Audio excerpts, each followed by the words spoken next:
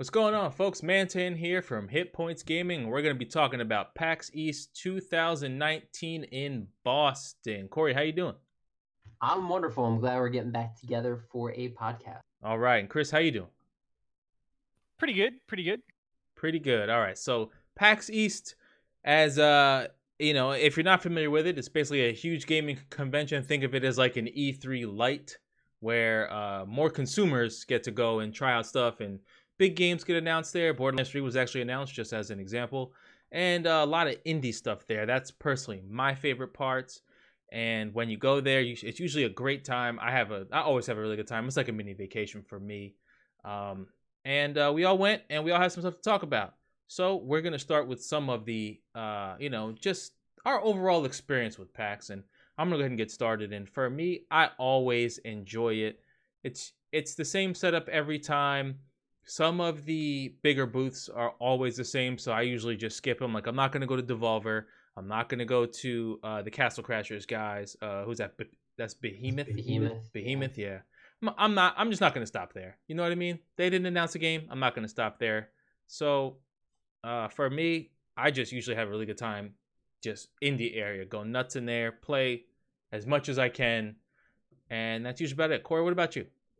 Well, I will say the reason why we don't go to Behemoth is because they haven't had a new game in the last 4 years. Yeah. There, right? Show me Castle Crashers 2, and I might stop by your booth. Right. I had a different outlook on PAX this year, and the reason is it's getting bigger and bigger, right? We've done this, the last, I think, 8 or 9 years we've been through PAX. Yeah. And of course, it's been getting, super crowded. We have to get there on a Thursday. That's really Wednesday. the best. We have to get there on Wednesday. You're right. Get there Just Wednesday. over Yeah. do Thursday. And right, you can't stay in those lines. At least I don't want to stay in line for 2-3 hours to play a game that, of course, you can just take a look at a video on YouTube or whatnot, and a lot of those games are coming out next month. And that's especially true for the big games. Like, I'm not going to wait in line to play Days Gone. I'm going to get it. I know what it looks like. You know what it plays like. Exactly. Not going to wait in line for that. Don't need to wait in line. But you're right. The point that I'm there, well, I do like to, of course, I like to see all the booths. I like to see what, all the work that they put into it. It's really cool. But spending the time in the indie games, especially early on, we just walk around and just walk up to somebody and say, hey, tell me about your game. And we get to try it out for a few minutes. Awesome, move on. And then it's something that I'll look forward to when it comes back out, But I think the overall appeal of PAX is that mini vacation with all of your friends, getting together, sharing a hotel room, going out at night. This year we didn't really do many parties at night, but it was a nice change of pace. I don't know if it's just because we're getting older, but we were still up to like 2-3 in the morning some nights playing board games in the hotel room, and I thought that was a lot of fun. So I had a really good time this year. All right, what about you, Chris? I guess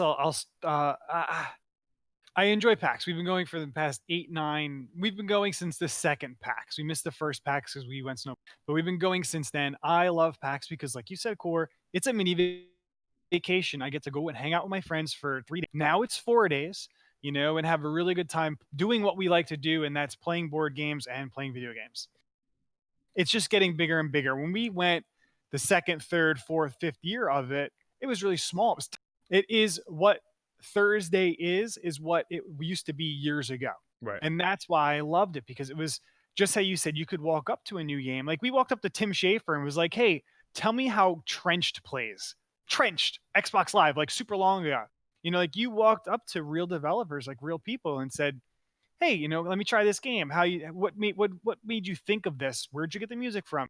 Now we wait in line for 6 hours to play Days End and get nothing. You know what I'm saying? Like, you're gonna play that when it comes out anyway. Right. Don't get me wrong, I'm in it for the swag, but even swag has been reduced. This year we did pretty good with swag. We got some really decent stuff for some of the smaller games and not so big games.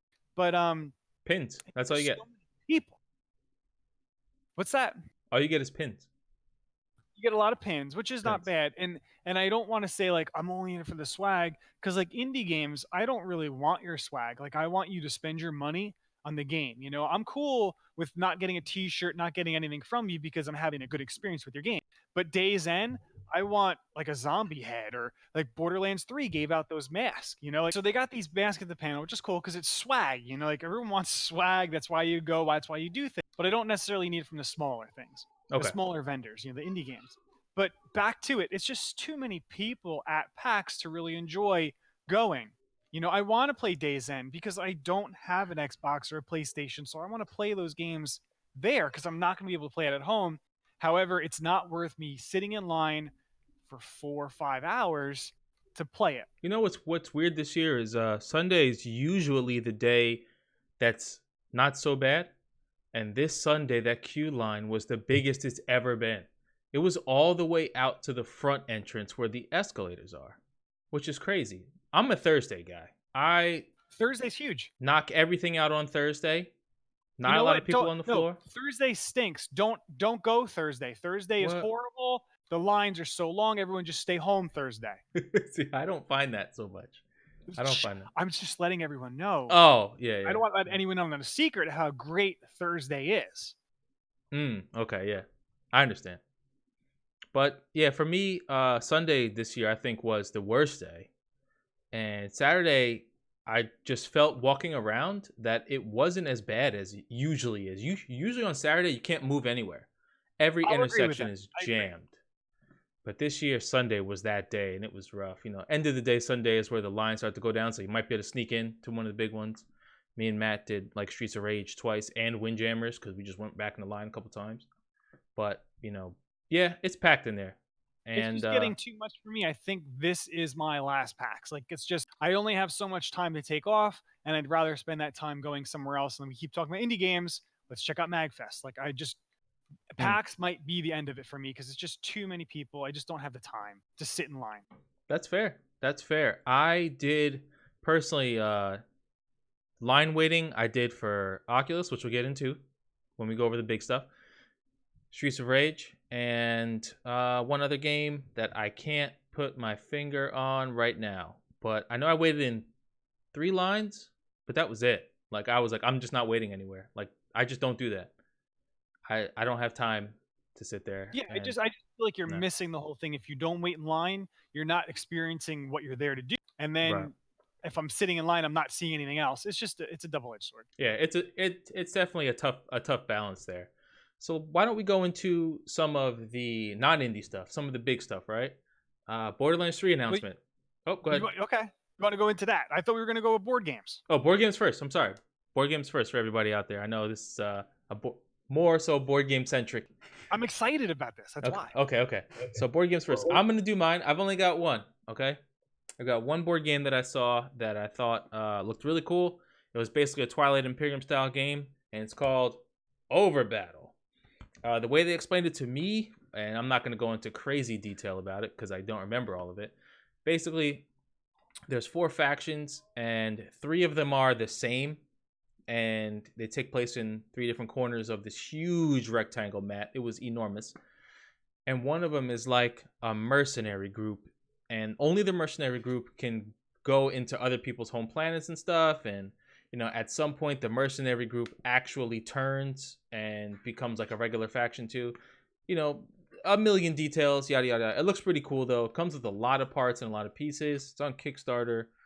Might be something that we will look into later on when it comes out. What was it? It was over Battle.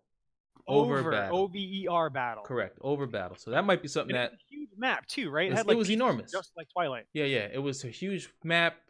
It comes in the box as 4 pieces, but you can get like the special gigantic 1-piece map for I think one of their different Kickstarter tiers.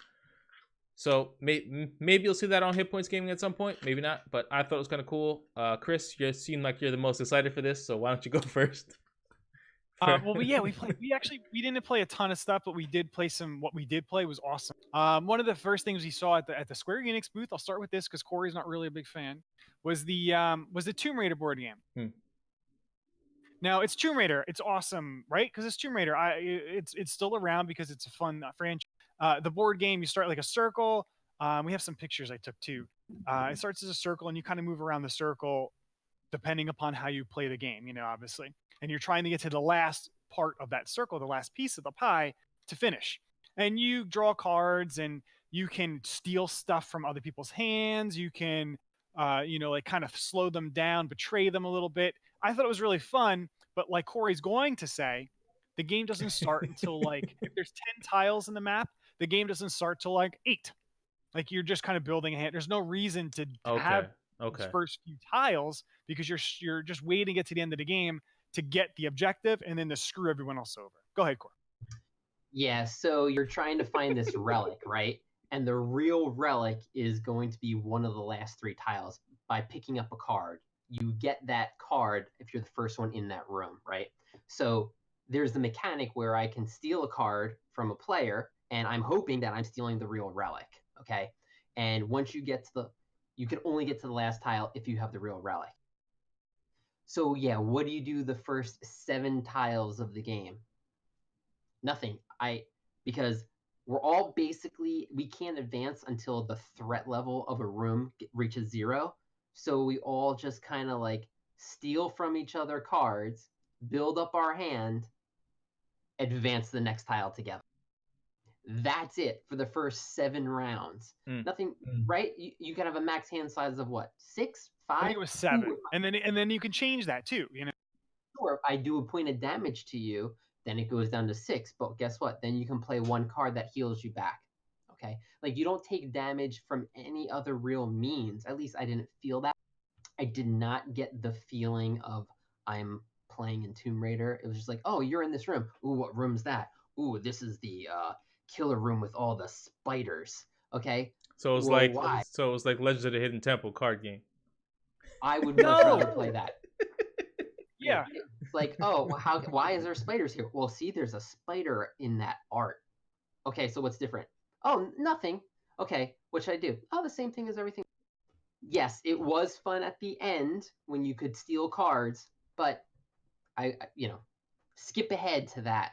I felt like it was a miss. I'm glad we got to play it. It was like, it was funny though. We were like, oh, is this like a prototype?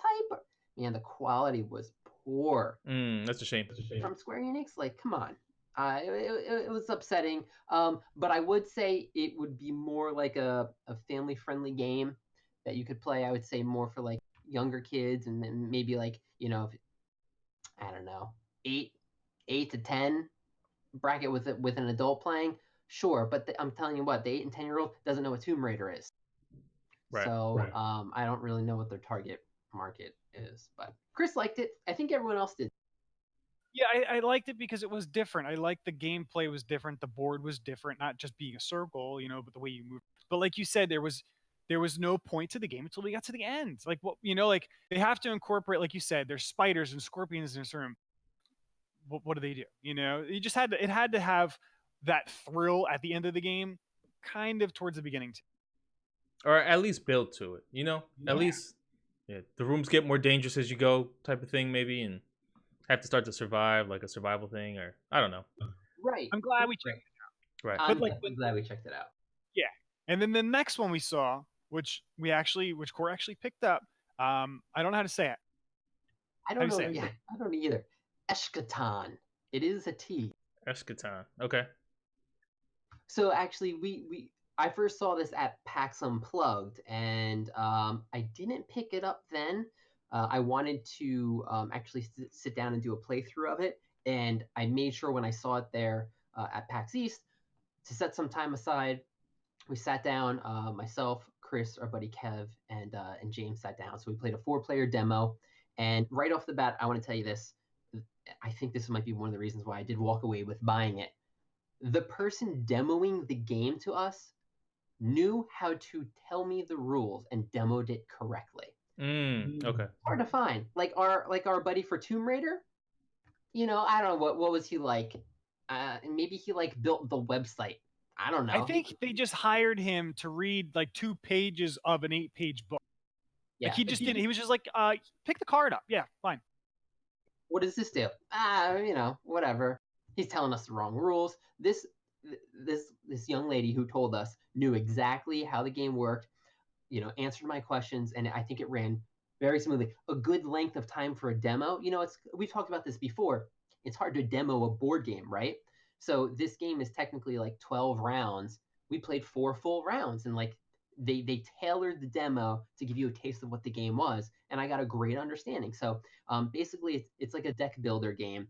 If you played Clank before, if you played Dominion, you start with a certain hand that we all start as all players, right? And then over the course of the game, you're adding more cards to your deck, and each round you're drawing, let's say, 5, and then you're performing all the actions that are on that card. So basically, you are the leader of a evil cult, and the end of the world is coming. The Dark Lord is rising. So you're trying to gather as much power as you can, and then influence you play by your cards. You actually put like on a game board, so you can attack players by removing their cubes and whatnot. And when Armageddon does come out, whoever has the most cubes in a certain area gains victory points, and then you win, everyone else dies, and you and the Dark Lord get to rule for the rest of time. Whatever. That is a very unique Right? idea for a board game. I think it sounds fantastic. And the art I felt is really unique too. That's what really drew me in the first time. It's like all dark looking art, you know, very like gothic, lots of black and gray and a lot of the colors. Like Lovecraft. Like Lovecraft. Yeah, Okay. yeah. So we tried it out. I really enjoyed it. Then there's an expansion as well that I picked up that gets to add, you know, special powers. Each cult has its own unique power and god that they can summon, and just more stuff, more events. I thought it was really good. I'm looking forward to playing it with. It's up to 6 players, so getting together and actually playing a full game. So that was one that we definitely picked up right there. Awesome. Back to you, Chris. What else you got? Yeah, I liked it too. I don't like deck builders, but this kind of incorporated a board too, so I liked it. I thought it was really fun. And another one we kind of played was a dice game. I just want to talk about it because we played it, because there really wasn't much we played. Was Heads Will Roll. It's like two what was it? It's a dragon skull. It comes with a gold dragon skull, and then there's two sets of skulls that are silver and bronze, and you pretty much have to like flick. It's a flick game. You flick this metal dragon skull to hit the other dragon skull, you know. But the way you do it, like you kind of roll the die, you roll them, and then you kind of flick this through. You can flick it through the different skulls to score different points. I thought it was a good drinking game, a good game that you're at the airport and you got a couple minutes to play. You just kind of throw the dice around, score points. Well, not anything in depth at all. Some people also like tactile games where you're doing yeah, things. That's true. It's true. You know what I mean? So that's kind of who that's for. There's another game where you know, there's actually a couple games that I'm thinking of now where you have to flick something across the board, or like a tiddlywinks kind of thing, or you know, just stuff like that. Lots of some people learn to those like knock hockeys, but this is like, it seems like there's just more like a game like that, but there's more to it. You know what I mean? Yeah. Okay. This had like, you know, different ways you can score. You can flick more times if you go through gates. You know, it was pretty neat. But like I said, we played a whole, you know, we played 11-point game in maybe 6-7 minutes, and it was worth it. It was a fun little thing, but not anything too crazy. Okay. Corey. And then what? Pass the Pigs meets paper football. Okay. Yes. Right? That's great. It's great. Okay. And then why I am super excited to talk about board game. Yes, I know. What is? And it's video game related. Before you go to that one, because I think that was honestly the win. I think that was the win of PAX. Oh boy. I want to bring one more game. Well, actually, two. One I want to throw over to Doug because this game looked really interesting, and I want to pass it over to you. I've been looking at it for a while, and it was there. I didn't get a chance to try it out. I heard some guy kind of demoing it, which again, he didn't work for Eshkatan. He didn't really tell me. He didn't sell it to me, right? I would have bought it if he sold it to me. Tokyo Highway, right? Yeah, Tokyo Highway.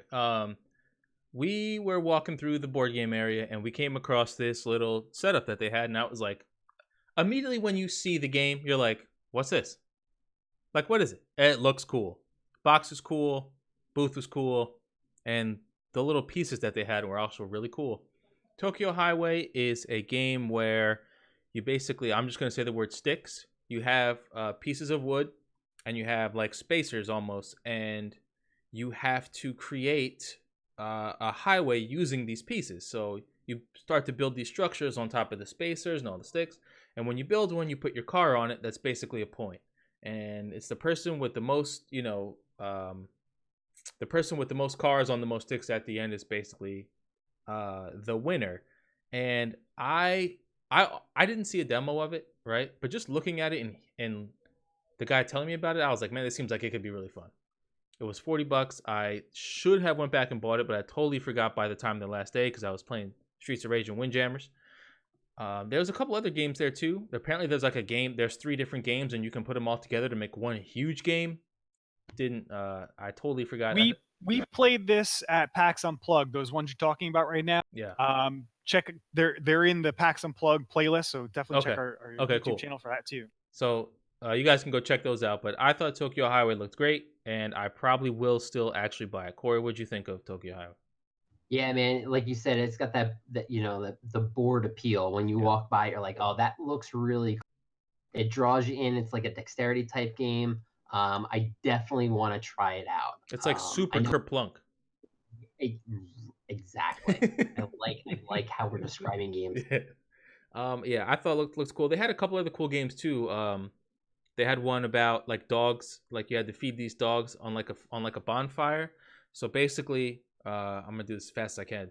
There's a bonfire in the middle, and there are popsicle sticks that are different colors. There's regular popsicle stick color, right? Regular, black, and red. Regular was food, black was charcoal, and what would happen is you had to take popsicle sticks with food to tame the oncoming dogs that were eventually going to get there, because you had food. Or if somebody took all of the charcoals off, the dogs would come and attack and kill everyone.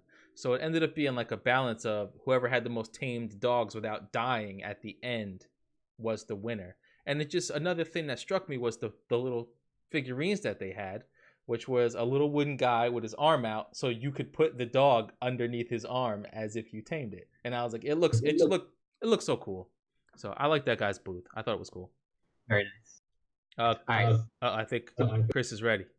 So before we go into Chris, before we go into Chris, to bring up, I want to bring this up only because it's part of a series that I've been trying out. And I think it fit in perfectly for the purpose, and it's called the series is Tiny Epic Games, right? Because we wanted to bring some board games with us to play. And we tried this out. This was the zombies version. I think this is the most recent one that came out. Unfortunately, I think we did play it at we started at midnight one night, right? Downstairs in the lobby. I think that had a lot to do with it. But I will say, I definitely really enjoyed it because all these components and games, they come in a really small box. So it was great for travel. I was like the zombie player and I had to go up against 4 human players, and there's so many components in the game, which I think is a really good thing. I just think because we played it so late, it was kind of tough to figure out what was going on. But I liked it. I would definitely try it again. Chris, I know you played it. What did you think? Yeah, I thought it was pretty good. I thought it was pretty difficult, but again, I don't know if it was because we had 4 people who were kind of tired, myself included in that. But it was a fun game. I did have fun. I just felt that you, as the zombie player, were very strong. But because we weren't doing what I guess we should have been doing, which is going to more rooms. But it was a really fun game. Like you said, it's really portable. Like that Tiny Epic series is awesome. Yeah, it was perfect for PAX. We played Decrypto almost every night in the hotel room. We're not going to talk much about Decrypto here, but let's just say that game's really good. And you have to pick words and teams. And if you don't like word games and someone says, hey, let's play Decrypto, try it. It's like the best word game ever. Yeah, but Chris, you almost didn't play because you said it's a word game, and everyone was like, I don't want to play a word game. It was awesome. Not as awesome as level 99's Exceed Fighting System. Okay. What is this? Show it to me. Let me see. On. What do we have here? A game, a card game that is not a deck builder. You buy a pack of cards, and it is exactly what you purchase is what they are really popular for their Street Fighter franchise that they've used to extend the franchise, I guess. Extend the so they have all of the Street Fighter people involved in this. They also have a lot of anime characters. They have a special PAX character. They have Shovel Knight. there's like 60 something fighters or decks of cards, you want to call it. It was so much fun. This is imagine playing Street Fighter, but as cards, and that's That's it. really what this game was. Was it not, Corey? 100%. When the guy explained it to me, he's like, "Oh, so you know how to play Street Fighter? Yeah, okay. Well, then you know how to play this game." We wanted to build the rules as if you were playing Street Fighter. And I really, after, it was tough. I went through the rules. It was a little weird to get to understand it. But when you started playing it, you're like, wow, I'm playing a fighting game, especially. That's huge coming from you guys, because that seems like it would be impossible to do. But for you guys to say that it's that good, I have to believe it, to be honest. It worked so good. And like Cor said, he took maybe half an hour to read the rules, and then actually to teach us to play it was maybe 5 minutes, And then you had a couple questions throughout the game, maybe a little bit in the first 1 or 2 games, but man, that was so much fun. I hope they're listening to this and they're like, HitPointsGaming, they loved our game. We're going to send them some stuff because we would love to have it. I mean, they were giving out packs because they're like, our game is so good. Like Corey has it, one right there. We all got one. We're gonna give you 2 decks of cards, so you can play it with your friend. You can verse each other, and you're gonna come back tomorrow and buy it. And we're gonna be like, yeah, okay, give me my free stuff. Let me just give it to me. This is great. We got back in the hotel room that night. We played this game for like 2 hours, 3 hours. And then the next night, the same thing. Like this was, and we were upset the next night because they sold out. When we went back to go get more packs of cards, they were sold. They promoted it so well that when we went back to buy it, they're like, all Street Fighter stuff is sold. That's crazy. Yeah, that's crazy. Excellent job.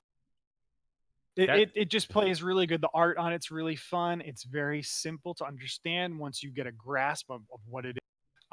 There's so many different decks, and when we were there, James bought Shovel Knight, and he just acts very differently than the two packs we got, Ryu and Ken. He moves around differently. Some of the other anime characters, the guy says, you transform. There's each character plays their own, and we felt like we started playing Ken and Ryu, and we felt Ken was really overpowered. But then once you play a few and you understand how each character plays, I think they're pretty. The Ken and Ryu, Ken wants to be in close, Ryu wants to be back, and they build a deck for that, and it just worked really good. I can't talk any more good stuff about this game because we all played it, we all loved it, all had a great time, and we all were going to go back and buy some of it. That's massive. They had a special deal. They had a special deal where, like, if you get 3, like, you could buy like a big box. It came with like 4 characters each. If you bought 3 big boxes, and you get like this really sweet like Street Fighter game mat for it. I'm like, I think each one of us is going to get a box. No boxes to be had. So, Doug, yeah, you actually move. Like your character moves like on a, what is it, 12 card? Like 12. I think it's 9 cards. And to give you an understanding, it's just think that you're playing like heads up against somebody. You got 9 locations, and there's like location cards where you stand. You start like three cards apart, and then you kind of just go back and forth with your turns. But on your turns, you can do different things, of course, like grabbing more cards, and cards give you different options of move sets that you get to do. And then you perform an attack, and then I get to basically counter that attack. And then it goes off by who threw out the highest speed. Okay, well then, am I within range of you? Whether a sweep attack is a further range rather than just like an uppercut, or I can, do a Hadouken at you from across the stage. And if I hit you with a Hadouken, it goes back in top of my deck. Everything that you could do in Street Fighter, like doing EX moves, doing your super, even to the point of button mashing. Button mashing is actually part of this game if you want it to be. You basically draw the top card of your deck and play that out. So you don't know what move you're going to do, but you're doing it. So I really think they encaptured it. Doug will definitely try. Hey, I think I'm going to be seeing you tomorrow, and I think I'll be bringing this with me. You're going to try it out. I'll be there. I will be at Nick's crib tomorrow. Excellent. Street Fighter tournament. I may be able to beat you. Love the show. That's great to hear that there was something. And you know what, though, sometimes at I know you guys are saying that, especially you, Chris, we were saying that this may be your last PAX, but it's always cool to have that one big takeaway at during the show. Like you didn't go there and everything was like, yeah, like you have one thing that was like, man, like I'm so glad I got to go see it. That's like a huge thing. You guys have any more board games to discuss? I'm Nope. out. All right. Not from PAX. Let's get into some of the bigger things there. This year, Oculus VR had a massive setup, a humongous booth for demos and another humongous booth for stage stuff. Right next to, of course, Facebook Gaming, because Facebook owns Oculus. And I really don't do Facebook Gaming. You guys know HitPoints Gaming has a Twitch, but I don't do too much Facebook Gaming. I don't know. Do you guys know anything about that? Do you guys have any opinions on Facebook Gaming? Yeah, I actually They're just trying to catch it. yeah. I did an interview with somebody from there. They came over to me and their question was, "What makes gamers special?" And I looked at him and said, "Absolutely nothing." It's like they're not posting that, right? They're not gonna post that. I was like, "Nah, nothing makes gamers special. Do what you want to do, whether it's video music or video games, whatever, as long as you're not hurting anybody, whatever makes you happy, do it." Days Gone was there, had a fantastic booth. I didn't play it because it just looks like a zombie game, third-person zombie game. You couldn't get in there. It was tough to get in there. By the time we went the last day, they were capped. But I just had no interest in waiting to play a third-person zombie action game. It's like, whatever. I've done this before. It looks cool.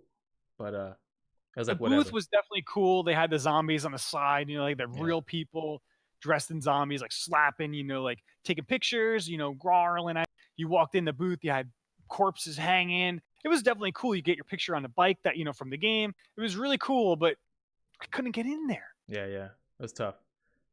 Next, for me personally, one of the big games that was there was Samurai Showdown. We haven't had a Samurai Showdown in a long time, and I played it, and it plays fantastic. It has the same pacing, maybe a little bit faster, but Samurai Showdown is all about pokes and slow movement, and they still have, when you hit the heavy button, you're taking off like 40%.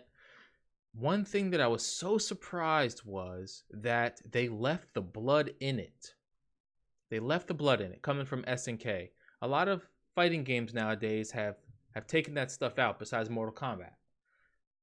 They have a super in that game where this, chibi looking girl comes flying on an eagle and stabs you, and blood splatters all over her face. And I was just like, wow. Didn't expect that to be in there. I thought it played great. Corey, you have anything from the big zone, like the major areas that you like? You know what? I skipped this, but we talked about it after PAX ended. It was over in, I think, the Square Enix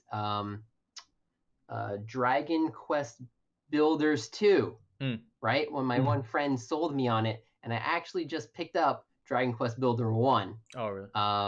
It sounds like a I'm not a big fan of Minecraft, but I know Andrea likes building like Stardew Valley and like Don't Starve. So it was kind of sounded like a combination of that. So the second one sounded really good, but I came home and I ordered the first one right away. That's the only video game of the big areas that it was drawn to. Days Gone does look great, right? It does. It does. It does. But I didn't need to play it there. It comes out in a few weeks. Right. Chris, anything from the major zone, the non-indie gala? I think just the Days Gone would have been cool. I don't know. Oculus, we got there Thursday early. We got in the queue hall. We got there super early Thursday to run to Oculus to check out the new head. We got there and there was already a couple hours wait, like being in the first, in the queue. So we just decided to walk around. We couldn't even get into Nintendo. Nintendo was super packed. There's nothing in there anyway. I just do it for the swag, and I don't have a Switch, so like to get in and maybe play something new coming in. But there wasn't really anything that stuck out to me in the the big public. What about the semi-big publishers, Chris? We did try that one. You want to? Yeah, we did. I do want to talk about it because it was awesome, and it was a Blessed Unleashed. So I saw that, and I was like, "Is this Monster Hunter?" No. It was like Legends of Amalur, or I don't know. I don't know. It's definitely like other games, but not. They say it's going to be multiplayer. It was a single player demo. You are a character like a crusader, a berserker, priest, mage. There's a couple different characters, and you are a person. You know, you walk around. You have moves like combos that are X X Y B B A. You know, like you have in depth combos. You have really short combos. And then you have like as the mage, you can throw a fireball and you have a mana bar. The berserker can, Corey was the berserker. You can like go crazy and do more damage, do more special moves during your abilities. And they had a really good demo. It was like 10 to 15 minutes. You fight a couple small minions and then you go on and fight like a boss. I loved it. I thought it was awesome. I just don't have an Xbox. So I'll never play this. Yeah, Hopefully they bring it to Windows. Xbox only. Ooh, MMO Yeah. Xbox only. It's a shame. Does look cool. It would be a perfect game to do cross-platform Xbox and PC. But I think there's this whole divide of like Blessed, right? There's a Blessed PC version. Developer didn't really like the way it was going, so they split the game into two different versions. And there's an Xbox only, and then there's going to be a PC only. So that's a it's a shame. shame. The game I definitely would play out. Yeah. Yeah, That's a shame. Blessed Unleashed. I loved it. It was a really fun demo. It was an hour wait, which is a little long, but not really long when you compare to everything. And like I said, we got 10, 15 minutes of game time. So it was pretty good. That's I'll go into that in a second about that 10 or 15 minutes. I think that's way too long of a demo with all those people there. But How many? Ton of stations though, right? There must Yeah, have they been had like like 24 They had a lot of stations. yeah, they did have a lot of stations. I saw Biomutant, which is actually a game I've been waiting for. Just kind of looks like Rocket Raccoon, like a squirrely rat guy who's doing Devil May Cry type combat. And I've been following that game for a while now, and it just looks cool. It looks interesting to me. Doesn't look like anything super special, but I finally got. I didn't wait to play it. I just watch it at the booth. It looks cool. I did go to the Oculus booth and wait because I'm a big VR guy. Got to try out the new Oculus Rift S, and it is just not an upgrade for the most I part. thought it was. The resolution's supposed to be better, and it's wireless, right? It's not wireless. That's the Quest. Okay. So the Quest Okay. is wireless and works off of a cell phone processor, so you're not going to get any major visuals pumped into it. That doesn't say it doesn't look good. Like I've seen some of the comparison images from stuff of games that are on the PC and the Quest, and it is a downgrade, but you're not using that for that. You know what I mean? You're not using it to get the best possible visual. I tried the Rift S. I didn't do the Quest because you can only do one.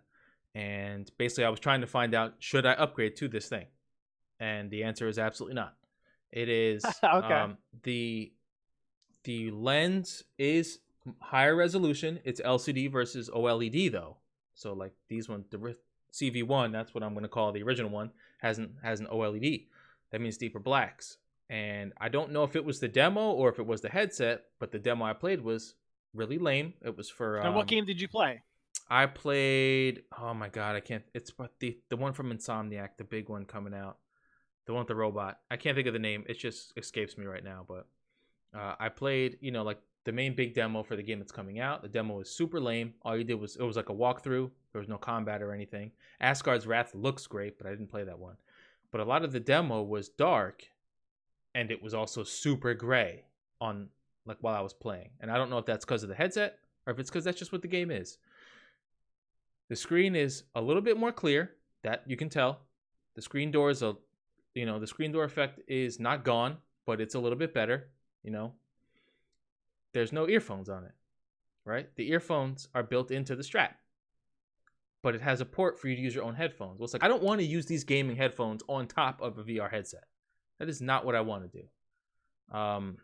So when the guy kind of talks you through the demo, and you can hear the demo, but thinking back, I was like, yo, I don't really hear too much of this game at all because the little holes in the strap are where the audio comes from, which means nothing has any punch. No punch. No way I'm going to upgrade to that headset. It's $400, which is, $500. Oculus price. Right, but it's also $500 cheaper than what I initially paid for the Rift. When that came out, it was $700, right? And the controllers were $200. But they needed to make the cost affordable. And both of those headsets are the same. You don't use sensors anymore. That's one thing. It's inside-out tracking, just like the wireless one, but this one is on PC. I immediately tried it where I reached behind my back to see how far I could get, and as soon as I touched my lower back, tracking was gone on my arm. So it was like some military games, like Onward. I think Onward you can do over the shoulder too, which would work, but you can grab a tablet from behind your back, and it's just like, oh, lost tracking. You know what I mean? Whereas sometimes setting up the sensor stuff is a pain in the butt. So if you're just getting into VR, I'm not going to say hunt down an original one. I'm going to say pay your 400 and get this. It's great anyway. But there's no reason to go from what I have to that. It's like PS2, I'm going to go buy a PS2 Slim. Like, why would I do that? You know what I mean? That's it for the big stuff for me, though. That's all I got. You guys want to go talk about the indie area? All right. Let's let Corey start. There were, man, I wish I knew the names, but hopefully you guys do. There were two like ninja style games, I'll call it. I think the one that I really liked better was like, I don't know, In the Shadows. There was one ninja game where the sprite was black, and it played like kind of Batman-ish. That one had like a long line though. When you get to the demo booth, the lady is like, "Oh, there's an easier level and there's a harder one." No, this is like, Okay. of course, like one hit kill.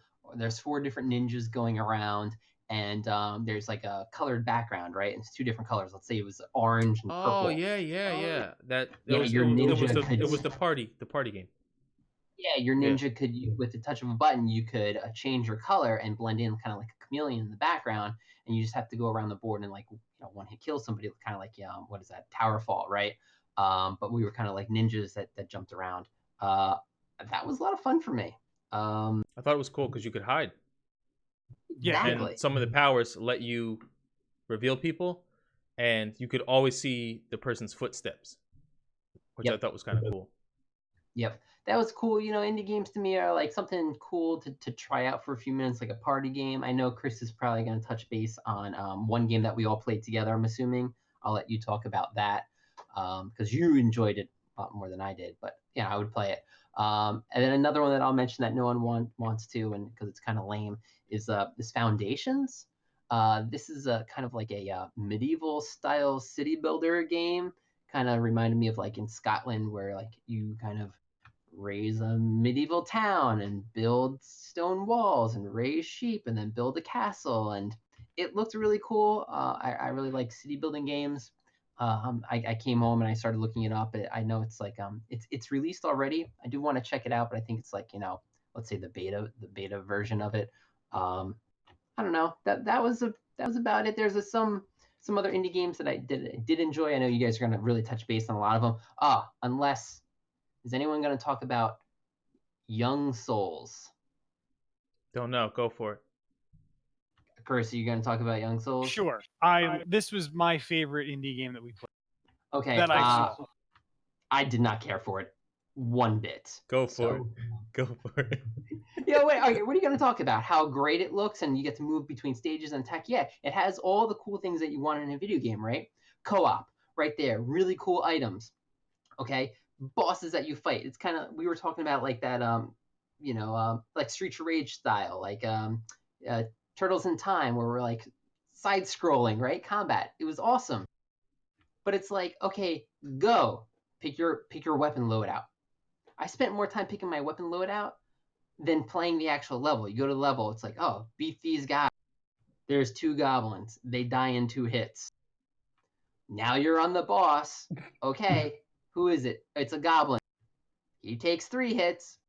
We killed him. Here's a treasure. Get all your loot.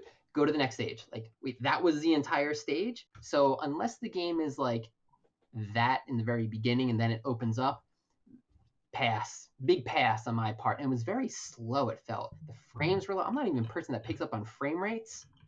Nope. Moving on.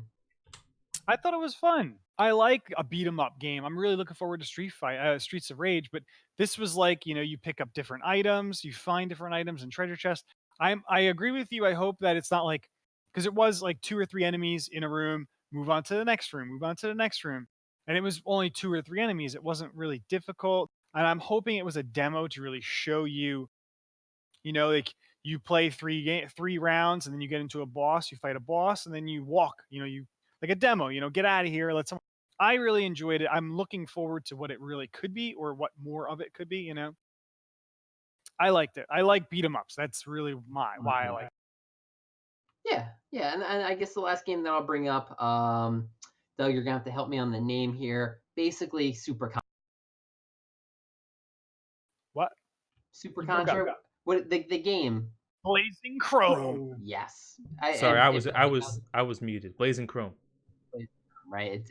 Like I played the stage in Super Contra. That was basically it, and it was cool. You can carry 3 different weapons now at a time. Yeah, that was it. I would definitely pick that one up. Looking at Young Souls, I do remember seeing it there. It looks fantastic. Oh, absolutely. It looks amazing. It's like Scott Pilgrim beat 'em up style. Yeah. But Yes. I understand your gripes with it for sure. Yeah, I really do like the beat 'em ups. That's why I'm looking forward to Castle Crashers too. Come on, bring something like that out. And I just don't know. I don't know if it's going to be as deep as I want it to be. This Lost Soul. So I'll still be on the lookout. But yeah, that I guess that's my indie games. I'll toss it over to you guys because I think you've got some good ones to cover. Chris, go for it. All right. Baron Fur is gonna fly. It's like a 6-player airplane. It looked really cool. We didn't play it because there was actually a long line to play this. Not surprising. You're pretty much like those old prop planes. You fly around, you shoot each other, and that's it. You fly around, you shoot each other, and there's different things like you can find. There's different power ups, little bit different power ups, but it just looks like a fun party game. You're going to play this for half an hour and then you're going to move on to something else. That's enough for me because it looked fun. I looked enjoyable. Right. Blazing Chrome, like you said, that looked really cool. I watched you guys play. It's Contra new. It looked good. Every game at that Arcade Crew booth looks great. Killing everything. Except for the Kunai game. That game sucks. That game looks weird, but everything they're doing for the most part is pretty fantastic. I just don't like the gameplay of Kunai. I shouldn't bash it. I just don't like the gameplay. What else you got? Brigador. I think this might be like the second one because I remember they mentioned this was like a new one coming out. This is the one core that Kev sat down and played. You look like you're a big mech kind of destroying like a city kind of deal. Right. That looks cool, man. It is the second one. It looked so cool, but yet the missions they had for demo were really it was just kind of like, kill this guy, and there's 15 guys on the screen. You kill that guy in a second, and then you leave. You're done. I'm hoping it was a demo. We kind of made it talk as if, this is a demo. We're trying to make it, so people can have a good time playing it. But I want to have a good time being challenged. You kind of showed you can be this big mech. You can be a little ball that does something different. Or you can be this little infantry dude and kind of run around. All of them looked really simple. No one had a hard time, but it looks really cool. It's like a neon chrome art-esque style. Looked fun, but hopefully it's a little more challenging because it like more of like a mech warrior challenging kind of game. All right. Another one was Dogfight. This looks kind of silly, but it's really early development. It's another fight airplane game, kind of like, I don't want to say Star Fox, but very, very similar. Diddy Kong Racing. That's it. That would be even better. Interesting. It's dogs in airplanes, and they wanted to have dogs versus cat. Kind of a silly story. Nothing really to talk about because, like they said, it's still kind of early. But it was another 4-player game. It looked like it could be fun. You guys actually sat down and played it, so I was able to record some. Just worth mentioning because it was there and they were nice people. Another bigger game, Fade to Silence. Watching people play this, it really reminded me that it looks very much of what, at least the art and like the concept, Game of Thrones. You kind of look like Jon Snow walking through the snow, but then there's aliens in the ground trying to come up and grab you. I didn't really like the gameplay of it so much. Fade to Silence art looks really cool. The game looks cool, but it was just kind of weird in the way that the player interacted with the environment. They didn't really seem like they were attacking so much of. I didn't feel like you were attacking anything, even though you are. It just felt like you were. I don't know. I felt really disconnected from what they were trying to portray in the game. I don't know. I don't know how to really say. I didn't like it. It did not look fun. All right. Let's see what else there was. Doug, you tried it. Light Boxer. Lightboxer. See, this I isn't. want to See, talk a little bit about so it. let's talk about Lightboxer. Go ahead. The Lightboxer is not a game you're gonna get. Okay, it's not an indie game. It's a booth showing off some technology. That's how I feel. No, That's what it should be, but they were there showing off a game. no one's buying Lightboxer and all that crap. No one's buying. Okay, Lightboxer is a game where you have a vest pad thing with some targets on it, and as the music plays, it's like playing DDR, but you're punching a thing. Okay, you are physically punching it. And unfortunately, when I played it, I think I kicked the crap out of Matt at it, but my side didn't work because of some USB or Bluetooth issue, whatever. My score didn't save. Not something I would ever get. It seems like it's something that would cost you like $1,500 and you would never use it. So that's Lightboxer. It's just a thing Cool that tech. you punch. Yeah. Cool tech, but like you said, you can't even punch it. Like they put gloves on you, and it's like, yeah, you're gonna be really working out, but please don't hit it really hard. I want to. I don't want to destroy this thing, but I want to punch. Like I want It's to like hit Vegeta really hard. at the strength test in Dragon Ball. Yeah. And it goes to music, and some of the music they have was really slow. I work out, and if I'm working out, like hitting a heavy bag, I don't want my heart rate to drop. So like having a song that's really slow, and I'm waiting to punch and hit, Right. that's not really helping me. If this was fast, like 144 RPM music, or beats per minute music, like I'm gonna keep going, and I'm gonna get my heart rate up. Ours was and like, it could be like fast. doom, doom, doom, doom, doom, doom, doom, doom. Like ours was pretty quick, Okay. All right. But- So the demo we saw that Nick played, it was like I was falling asleep and It was like a waking up every lullaby. 10 seconds. Yeah. Yeah. And they did But it was talk about. Yeah, they did talk about that this is just a prototype version, and the next version they want to build actually will do like it will measure your force and you really can wail on it. And I think that if they showed that off, and then maybe they had like someone always going at it, really training, you get to see like, oh yeah, I want to be inspired and be like that person, they would really get a bigger crowd. Okay. Or else, they're going to get like what you got, like a gimmick, some tech that I can't really DDR with your hands. Exactly. Because this is Peloton with your fist. Like literally, this could be the next Peloton for your fist. Right. Because this is what, I don't know if a lot of gamers are going to get it, but you are going to get people interested like Nick. He wanted to get it for Amanda, right? Because she boxes, she wants to work out. That's your target market, right? So show off when you really can wail on it, when you really can get a workout. That's who you're going to get. You're not going to get a gamer that plays DDR to pick this up. Right. Totally agree. What else, Chris? Main Gear was there. It's just kind of worth talking about because the booth, they make computers, but they had like Ferraris and like Porsches. I don't know what the deal was. I don't know. I don't even know why I brought that up. It's just there are some cool cars. They had a couple $100,000 worth of cars there, and I don't even know what they did with them. No, they're just there. Fire their market. The next game that James and I played looks just like Darkest Dungeons. It's called. It's got to be like a sequel, Over. right? Yeah, it looks cool. It looks really cool. I played it. James played it. For the demo, I do want to say, for the demo, they had you enter in a dungeon. They gave you a party. The characters are really cool. The art in this looks really good. It really looks just like Darkest Dungeon with a little minor tweaks to it. And Corey, you've played Darkest Dungeon. I have not played, so I can't really. And you didn't play this, so it doesn't really matter, I guess. The demo was really neat. They had a small dungeon set up, and there was treasure chests. You had to find the key. You unlock the treasure chest. Each treasure chest you got was swag that you know. And throughout the level, there's enemies. You have to kind of evade them, and then you fight them. And then you have to find food and light throughout the level. I thought it was really balanced well because there's some food and some light in the board. And every move you make uses food and light. Kind of just another way of, instead of time, it's movement counts down your food and stuff. It was fun. I thought it was really cool. I loved the art, and James really enjoyed it, and he's into those kind of games, so that kind of speaks about it too. Mistover, they were really nice, really cool swag, by the way, and I'm looking forward to that coming out. I probably will check this out. I have not picked up Darkest Dungeon because it's still really expensive on PC. It's like $20. Can't see spending it. Yeah, wait for the second one to come out. You'll pick up the first one. It's really good. I saw it as soon as I saw the art. I was like, "Oh, it's Darkest Dungeon," and Matt was really excited. We didn't stop to play it though, but I'm glad you said it was good. Yeah, it was kind of like a long line and the demo was pretty long. Like, I only beat the demo really quick because I didn't fight anything. I just went after the treasure chest and left because you had to go to the exit. James actually fought and he was like, "This is really hard. I really liked it."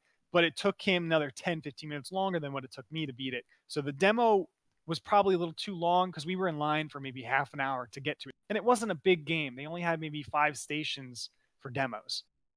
But But a fun game. I'm definitely looking forward to that. all right, An- Another game we played called Rift Breaker. This guy was from Poland who made this. Rift Breaker was you're in a mech. You're kind of walking over a big map, and aliens or like Zerg are kind of coming towards you. And it looked really cool because you're fighting them. You're fighting them off. It's a tower defense game, and it's also a resource management. So you have to go out and in the world in this map and farm crystals and resources in order to build your your energy sources to build your towers. It looked really cool. The combat was really fun. It looked like an old I don't want to say Mech Warrior again, but it looked like an old mech kind of game where you're third person over the head. Really cool, really fun looking I game, saw and it this was game. really in depth too. It looked Did you cool. play it? No, no, no. I walked. I think it was something that we wanted to go back to, but we didn't. Yeah, And there's only two it looks stations to cool. play it, you know. Yeah, But looks cool. it's like I said, it's really in depth. Like there's a bunch of different towers. The button layout was a little difficult to understand at first, but then once you understood like the bumpers and the triggers, it was like super easy to go through the menus and figure out what you wanted to build and buy and upgrade. I thought the controls in this, once you understood how to get through them, that was what made this game because this was kind of built for controller.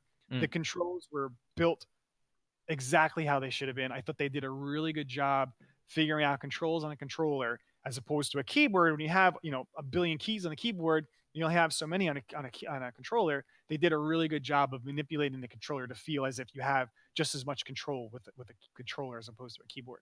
All right. Fun game. The art's pretty cool too. It just looks like another like mech game kind of thing. Another game that Corey, I think, wanted to talk about was a 4-player samurai game, another party game. We all played it. Another party game that I would probably play for 20 minutes, half an hour, and then move on to something else. But anyway, it's called Samurai Gun 2. See, I have Samurai Gun, and it's fantastic. And from looking It's a at great Samurai game. Gun 2, it looks exactly like the first one. I know this one actually has a campaign, and it's 4-player co-op. But yeah, it's really cool, and there gets to be some cool techniques that you can actually do in that game to cover more ground and stuff and make it look like really anime-ish, like slash and fly across the whole screen type of thing. And playing that game particularly one-on-one is really cool. Like one hit kill, super competitive. It is a really fun game, and you can Yeah, deflect. we all had a good time playing it. It was fun. Yeah, That's what it wanted to be. you can deflect bullets with your sword, and each person gets like 2 shots. I think, right? I think you get 2 bullets before Yeah. you run out. Exactly.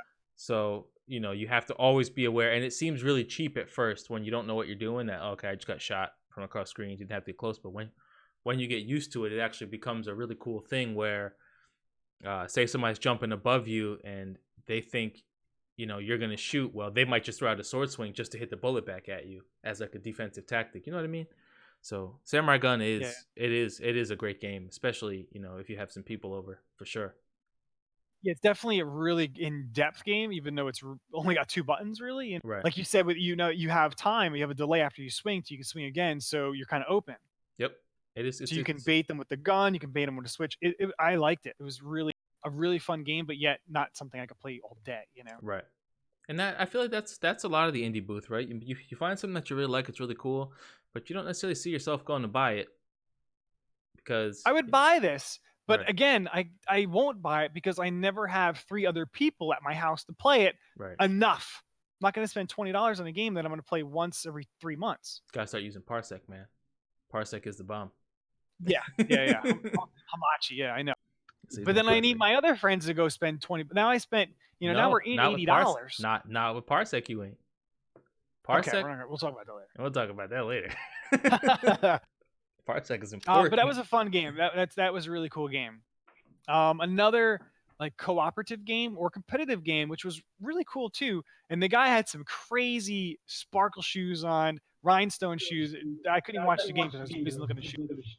Let me tell you this: if we demoed this game before we played Decrypto, I would have gotten your clue. Okay. Wow. Okay, that's good to know. Right? This is what we're talking about is stacks on stacks on stacks. Okay. I saw that. Tricky Towers, very much like Tricky Towers, but I want to say better. It looks a lot nicer. It's got more of a party element to it. You're trying to stack blocks onto a platform, and once in a while you get like a dice that comes down. The dice is a mini game that each player has to either play together or against each other. Some of the games he mentioned, like you have to actually jump up the platform of your tower, and that's the winner. You parachute down. It was a nice little thing as opposed to just stacking bricks and having cool physics to knock things over. You had another element of this dice coming down, and now I have to do a mini game, encompassing my tower. Really cool. Some of the competitive stuff was really neat too. As you're each trying to build your own platform, but then there's a different element that you could do, like a weighted platform. The first person to weigh down that weighted platform, it doesn't count for your tower, but then messes up the other players. So it's like, do I build my own tower? Do I try to mess them up? Really cool, tricky tower game. He only mentioned it was 2 players. I don't know if it's going to be any more than that, and he doesn't know if it's going to be online. But the local looked really cool. That was a lot of fun watching, and it was maybe even more fun playing. But stacks on stacks on stacks. That was a really fun game. I like that, and I'm looking forward to that as well. Awesome. And lastly, all I have left is another 4-player game, and this was not a party game. This is called Tribes of Mid. You might have saw that back wall where like the bathrooms are. This was, I think, the winner of one of an Ubisoft's like game jams. Okay. And the art looks pretty cool, but it needs a little bit more work, like in combat and stuff. You're 4 players. It goes up to 8 players online, so like your server is alive as long as anyone's. And it's got a day phase, a night phase. You're trying to go out and kill things or gather things in the world to come bring it back to your colony or your village and level up your healer, your weaponsmith, your armor smith. You're trying to buy armor and weapons and potions. And then at night, things attack your city. So you're trying to defend them, knock them off. And then in the demo, there's like this big, massive ice giant that you have to take down. And there's elements of wind, like fire, water, ice, so you have like different weapons, like Diablo-ish kind of. Fun game. I'm really looking forward to 8 players. I'm looking forward to the combat being a little in depth more too, because you would just put your shield up and then you would just swing. Like there wasn't anything more to that. Right. If they did more with combat, or like the enemy, you would just block the enemy and then swing at them. Block the enemy, swing. It just go more in depth on that. This would be a really solid game. It had really good things to do. Fun. 8 players, 8 players online. This is awesome. That's it. That wraps up my indie right now. All right. I'm going to go into my indie, and we're going to start with Fling to the Finish. Right. This game was kind of cool. It was you and a partner, and you both used one controller, and you had to race to the end versus the other team who was playing the same way. And you kind of rolled. You can kind of see what the guys look like. My green screen's kind of taking it out, but you're rolling across the thing, and you're always connected to your partner. One button jumps, one button sticks to things, and one you have to kind of pull your partner with you, and it's kind of just like an obstacle course to go through with your friend. And I thought that was really neat. Nothing, crazy special. I don't think I would buy it. Maybe if I was gonna host a tournament, I would buy it to put it in there. But I thought it was a really cool concept, and it was fairly polished too. Next would be Panzer Paladin. Actually, I thought this game was kind of badass. 8-bit game where you are a mech. It's basically Blaster Master again, where you're a mech, but it looks like a paladin. It looks like it's like a sword and shield Gundam. Right? And as you go through, you have to get out and fight as the person, which sometimes was a little bit unbalanced because the person was killing things in one hit while the mech was killing things in one hit too. You know what I mean? Where you feel like the person should be weak attacking. It seems kind of cool. Nothing super crazy amazing, but 8-bit adventure game, right? 8-bit side scroller. Really doesn't seem like you can go wrong if the game is priced correctly. Next, this game I thought was cool, especially because it was free. You could play it on a tablet or a smartphone. If you're a rhythm guy, DDR style game, it's called Arcalia, where It's called what? Arcadia. All right. Okay. So basically, you have DDR style stuff coming towards you, like we'll say more Guitar Hero. It's coming towards you, and you have a bottom row and a top row. Though you have 2 rows. The top row you have to kind of hold and slide across. The bottom row you're pressing buttons. So sometimes you have to switch hands depending on what you're doing, which I thought was kind of neat. And other times the top row slide thing would actually move down to the bottom row and go back up, right? It gets really hard. Like I tried like a level 3 song out of 9 and was like, okay, this is really easy and stupid. And then I was like, let me just go like level 8 and got completely destroyed. But I was able to hang on at like level 6 and 7 and it felt like a challenge, like using your hands back and forth. It's free as hell, so free is for me, right? Next, this was in the arcade. I think you mentioned this, Chris. I don't remember though. Did you mention Dark Devotion? This is right next to Blazing Chrome. No. This is at the Arcade Crew booth. Dark Devotion is a 2D Dark Souls clone, pretty much. Cool art style. Seems like it's a little bit easy, but very easy. Yeah, seems like it's kind of easy, but it looks great, right? It looked fantastic. So check out Dark Devotion. Next, we're going to keep it moving quickly. Feral Frontier. Feral Frontier reminded me of like a Sega mascot style game, like a Rocket Knight, but cutesier. Just a 2D side-scrolling game. Again, if it's priced right, 2D adventure with some sprites. Played well, couldn't complain. Check it out. Next, oh my god, I have more of these things here than I thought. This game was great. Great co-op game, Skyracket, right? It was a space shooter style game, side-scrolling, like a bullet hell game, but your guys always had tennis rackets, and it kind of played like a brick breaker. So the only way to attack is you had to hit stuff back at the enemies. So like you'd be dodging bullets, but in between those bullets, there would be like one thing in there that you could hit back that would do damage. Me and Matt played it, thought it was really cool, and I would definitely get this. This looks cool. I'm checking it out right now. Yeah, Skyracket. I thought it played fantastic. There's like nothing to complain about. And then I think they were only there for one day because Thursday, Friday, Saturday they weren't there. There was another game which I thought was super interesting that I would never buy, but his booth setup was great. He had every controller set up that you could ever imagine. He had SNES controllers, Segas, PS1, Xbox. He had a Dreamcast controller, a Dreamcast fishing controller, arcade sticks. Yes. And it was a game where it was like 30-something players and you were all blobs. You spawn in as a blob and you have to use that blob's attack to kill your friends.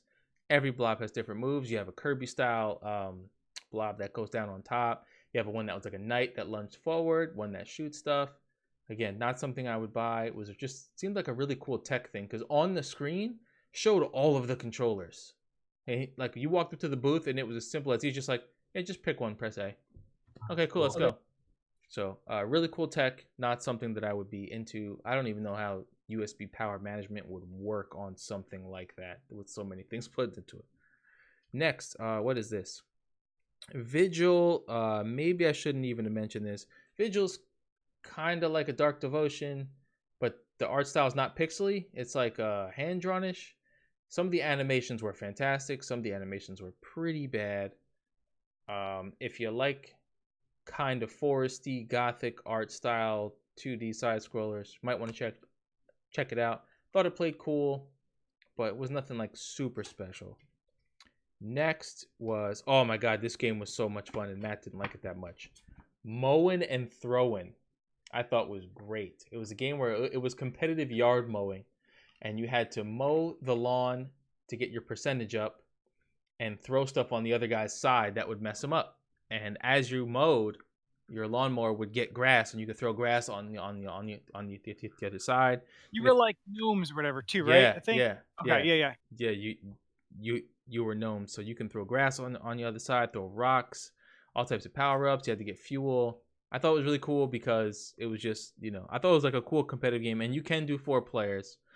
This is something that they actually talked about. They partnered with Parsec. Parsec has been giving people incentives to use them, and we'll talk about Parsec after the podcast and why everybody should get it. Next, let's see what we got over here. This is Sparklight, which is a roguelike game where this woman is trying to save her friend who got captured.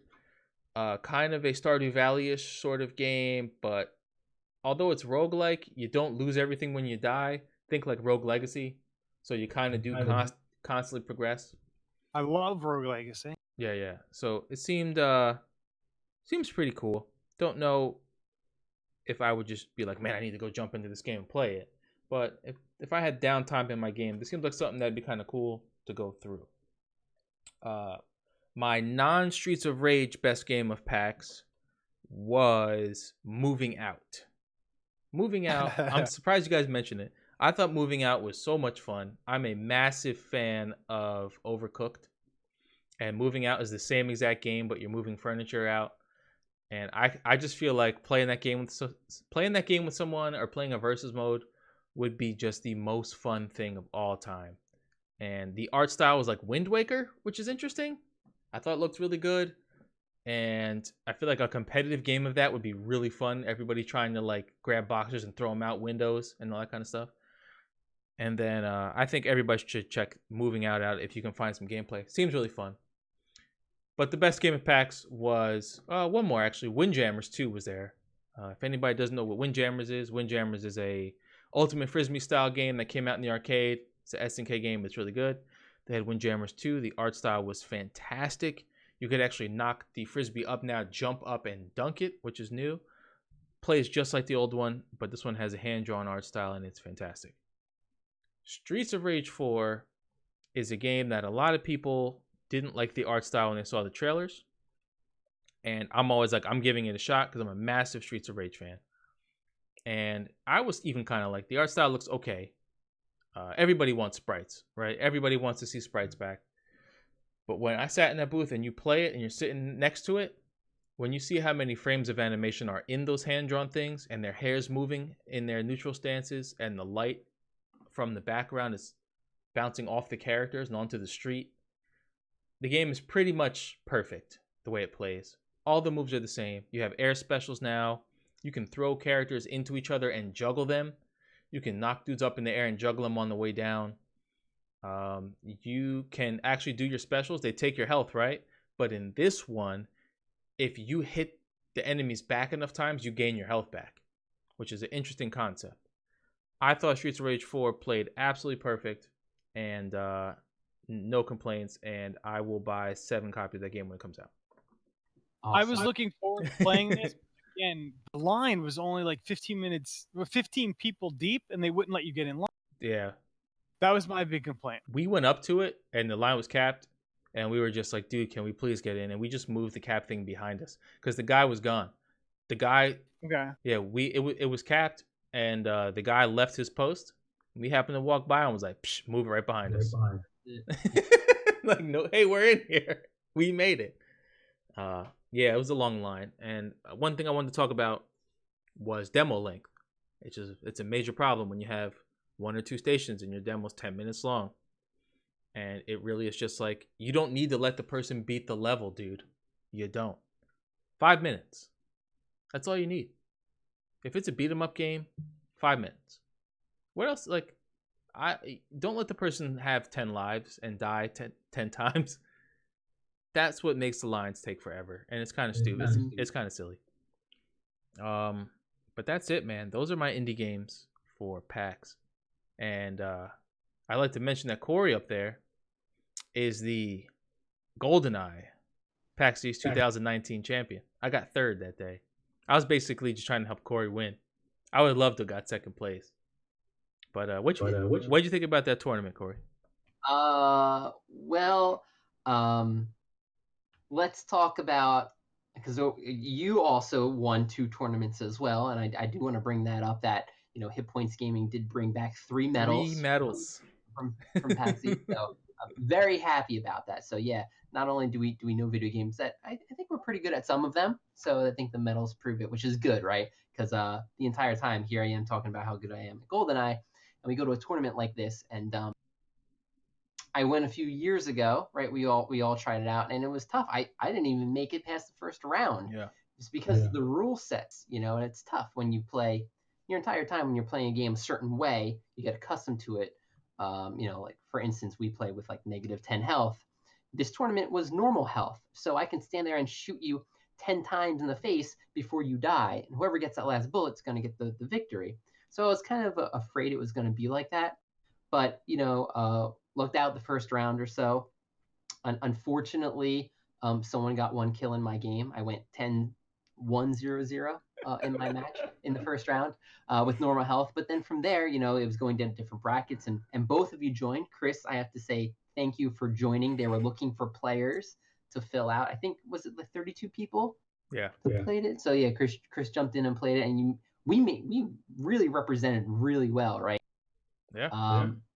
I liked it. Then Doug, you and I were actually in the same bracket, and right, when you put 2 people, right, that come together as friends in the same bracket, yeah, good luck, right? We're just decimating everybody else. Right. We're not going to not work together. Exactly. So I think that I'm not going to say that either of us wouldn't have made it any further, but it was just funny when we're standing in the same room and we're just targeting other people. Not shooting each other. Not shooting each other, right? Now, I will have to say this, because this is always going to be on my mind. I think it was in the semifinals. Now we're playing License to Kill mode, which is better for me, right? I do like playing the less health.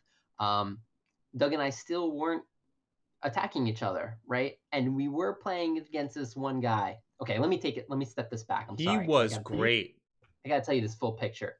So I guess the second round when I was playing somebody, again, it was 5-minute matches, normal health. I think I walked away. Doug, I think you and I were in the same match. I think I got 7 kills. You got 6 kills. Yeah, the other guy got 0. 6. There was another match going on, and one of our buddies pointed out this guy had 15 kills. I'm like, no way, you're reading that screen wrong. There's no way that you got 15 kills in 5 minutes. I walked over, and sure enough, this guy got 15 kills. Now, this is the guy that when you look at a tournament, he's like happy-go-lucky. I'm talking louder just so people can notice me, right? Like, oh, hey guys, what's going on? My name's so-and-so. You can pronounce it this way. It doesn't matter. I'm going to be over here playing this game. Hey. What Nice controls guy. do you guys use? What do you play as it? Right? What do you do this? That guy. Yes. So I'm like, oh, let me keep my eye out on him. Well, he was legit. He was good. And That so dude he was in a match. savage. Yes, he was in the match with us, I think towards the semifinal, playing License to Kill mode. And before the match, the prior match, right? He pulled something that it's kind of fishy. And I talked to some people afterwards. They weren't keen on this. He actually went in, and if you're not aware, GoldenEye, you could actually change your controller layout in the multiplayer menu mode, right? So if you inverter and non-inverted modes, you can go in and customize it that way, and that's normally how you would do it, right? No, you can't. See, that's the problem with GoldenEye, which I found out. You can't change invert in multiplayer. You have to change invert in single player, and everyone was playing invert except him. So he went to single player and changed it, which changes it for everyone. It's perfect dark, where each person can change their own thing. That's what it was. Everyone's supposed to agree. The way that was supposed to work was, and this was just everybody talking about it, not even the TOs, everyone was supposed to agree on which one you were going to use. But he just went and changed it and didn't say anything. Gotcha. Right. Yeah, he didn't take that vote. So, because I know you can change the controllers, is it just the buttons then? Yeah, it's just a button layout. So he played Honeybee, which was actually changes it to D-pad to move and right stick to aim. So it plays actually like a traditional shooter now, if you think about that. It plays, it plays D-pad to move and right stick to aim. So yeah, he switched it to regular, normal, up is up. Yeah, upset. And it just totally threw me the first time I played against him. I think Chris, you were in that match with me, and it was License to Kill. Not License to Kill, it's still normal. And even though that my controller was flipped for me, I still wanted to test him out. And I went at him a few times, and he did kill me. But we advanced, him and I advanced, and that's when Doug, you and I were in the match. And now we're talking about License to Kill. This is the semifinals. And right away, Doug reminded me, like, let's not go after each other. There was one time Doug ran right by my screen, and I did shoot him. Dude, I will feel horrible. I'm never gonna live it down, right? I feel so bad that I shot you, because it got it. So like, I think he won the match. Well, here's the thing about that moment was I had ran in Corey's path one other time, and he just was letting off at me and didn't realize it. And I can't say anything like, "Yo, what are you doing?" So I ran by him, and he just right shooting at me, and I'm just like, "Whew, that was close." And he didn't seem to notice. And so the next time he chased me down and caught me and blew me up. I was like, "All right, that's fine." And then he realized, like, "Oh wait, Doug, are you fourth player?" I was like, "Yeah." He's just like, "Oh damn." I was like, "Oh, I'm so upset," because it's tough because the top two advance, and License to Kill, like he has 3 targets to go after. Right, but I don't want to go after you, so we only really had 2 targets, and the one guy that we were playing, he did not stand a chance. He was out of his league. One of the best moments I had was, he's running behind me, just shooting me. I think what guns were we playing with? Was it those were pistols? Pistols? I don't know if he had a DD4 or something. He was just lacing into me, and I was just like side strafing. I just had the Magnum, I just turned around, 360 shot, just kept running. I just hit him directly with one bullet. It was like the best part. But yeah, I think this dude won. He got 15 kills, and then it was you and I. I think I had 10 and you had 9. Yeah. So it was really that one shot that I got off allowed me to advance. Really, if we wanted to make sure that you won, you could have just kept finding me. Yeah, exactly. It's stupid that way, right? Right. But yeah, then we get to the finals, and then kind of devastating news for me, but I guess it was kind of fun. It was actually kind of cool, though. It was kind of cool. The final match was you only live twice with throwing knives. So it was anybody's game at that point. I got the first kill, he got the second, and then I finally pulled off the final kill. But he was legit, man. I wanted to definitely play more one-on-one with him afterwards. But they were breaking down the systems, and then we never met up for the rest of the weekend. But it was definitely a fun tournament to play. I really love that game. So I'm glad everyone was there too. Everyone was sitting there watching. I don't play many tournaments, especially for video games. I'm very rusty, but GoldenEye, I will always still have that. I'll always still have my ability in that game. Yeah, you are really good at GoldenEye to the points where I'm like the local champ here for everything, for like my neighborhood in GoldenEye. And me and Corey played GoldenEye like 15 years later after, and everybody just had rumors of Corey, man, it's Corey. I'm like, yeah, whatever, man. Like we already went through this with Smash, and Corey don't play me in Smash no more, yo. He doesn't play. Right, guys, stop playing. So you don't play me in Smash.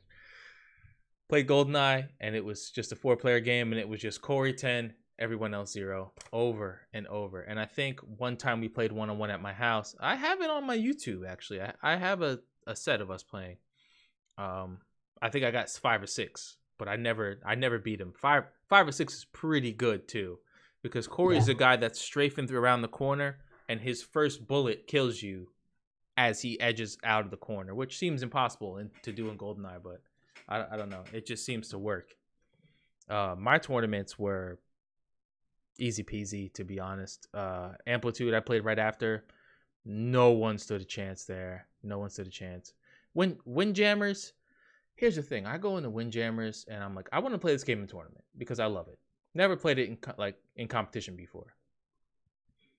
You got dudes in there. Oh, we only play on arcade stick because the game's an arcade game. Cool. They're talking about character balance, different characters being good on different levels, and all this stuff. I'm like, yo, those guys are gonna win. Like, I'm pretty good at this, but I'm not gonna win this game. And I beat my first guy. He was not very good. Beat the second guy. He was just okay. Then you get to the third guy, and now this guy knows what he's doing. I was watching this guy just marauding people. And it comes down to reflexes, man. It's all reflexes. So the game's like Ultimate Frisbee. Not going to go into too much detail, but if you catch the Frisbee near the net, you have half the space now to react to it coming back to you. You know what I mean? You throw the Frisbee, opponent has it on the net. Well, now you only have half the board. Whereas if he caught it in the back, you have the full board, like Pong. Like if you hit the Pong early.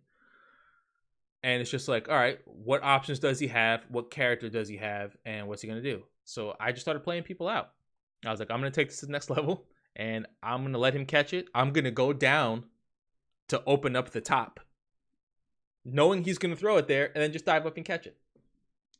I did that to one guy 6 times in a row, and it worked every time. It worked every time. It's like, no, you're not.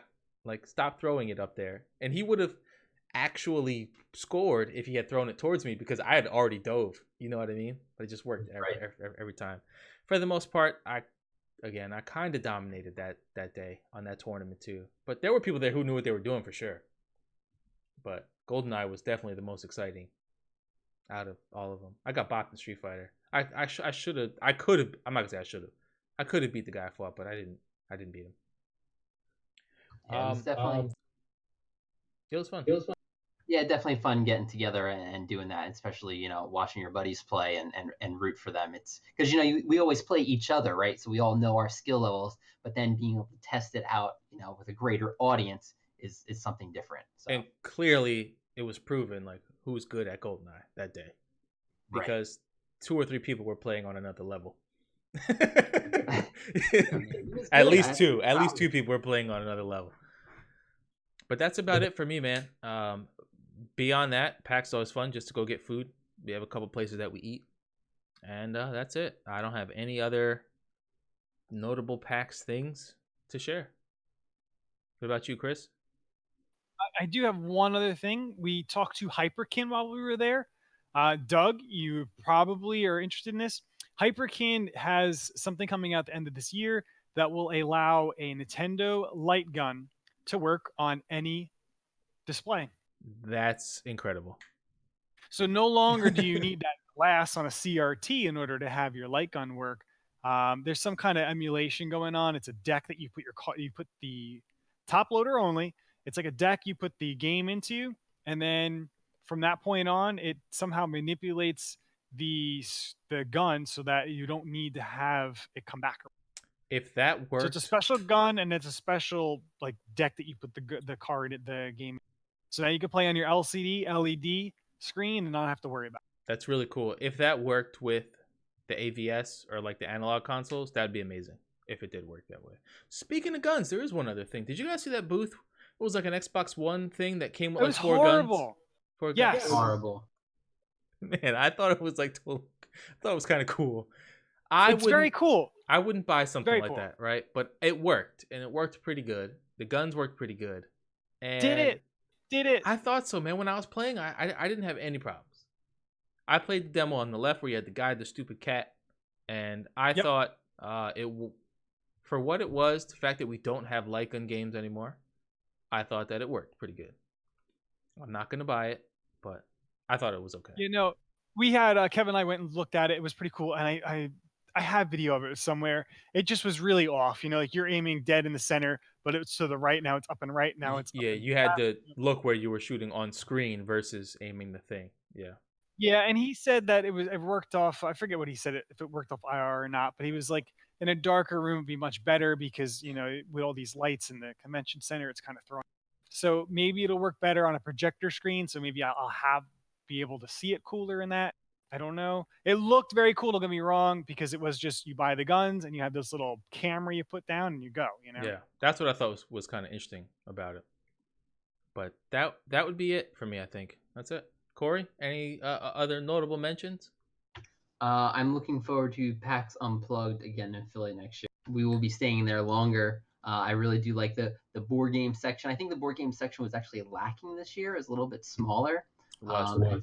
And that's that's where I get most of my enjoyment. Of course, obviously, the board game is really what I'm into. So PAX maybe a skip next year. I don't know. If people are going, I still would like to go.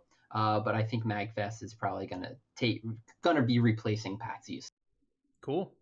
Sounds I'm like winning. That means I'm winning. Where is MagFest? Baltimore. It's Baltimore? even closer. We're in New Jersey, so Boston is just over a 5-hour drive, or Baltimore is just over 2 hours. No, Baltimore is like 3 or 4 hours, man. I just was there. Yeah, it's like 4 hours. It's at least It's like 3 4 hour hours. drive. And this Boston trip took 7 getting there this time. Not me. Took 5.5. Got lucky. Got lucky. Yeah, sitting in the back, cramped. It's rough. Oh, for sure. I was driving. I decided to drive. I didn't. But it's always a fun trip, Anywhere you're going with friends, family, it's always a fun. Yeah, I agree. But I think that's going to be it, folks. Make sure you check out Corey's latest video where he talks about the current state of HitPointsGaming and some things that are going on. And I hope you guys check back soon, and make sure you check us out on Twitch at HitPointsGaming Live and at Doug the Freshest. That's my own channel. And you folks have a wonderful day.